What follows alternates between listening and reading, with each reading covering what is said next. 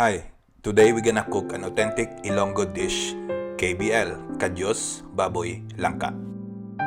So we need 2 tomatoes, 2 lemongrass, half a cup of garlic, 1 onion, salt, sugar, white pepper, shrimp paste, tamarin soup base, 2 cans of jackfruit, 2 cups of KADYOS, 4 pounds of pork hocks. So let's begin with our tomatoes, cut in cubes, and onions, cut in cubes as well.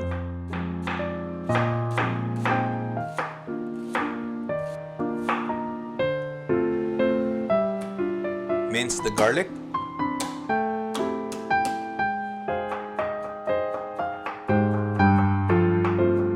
And pound the lemongrass so that the aroma comes out. And fold the lemongrass into a knot.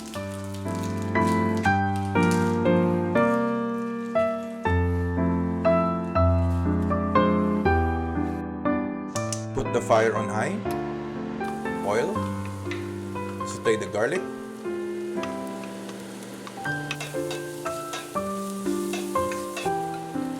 Onions. Put the pork. Pour in the marinade. Tomatoes.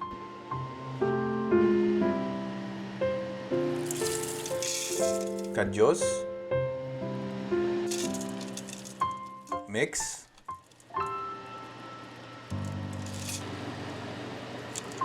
Lemongrass. Water.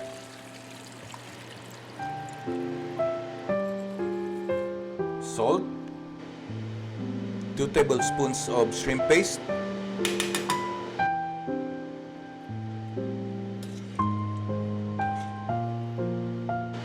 Cover. And set the time to 1 hour.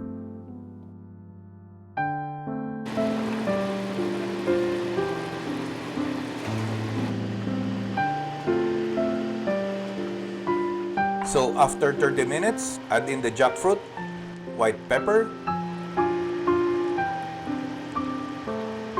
3 tablespoons of tamarin,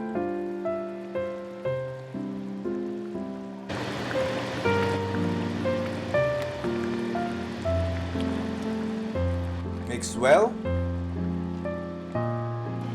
add water till the meat is covered. Take out the oil.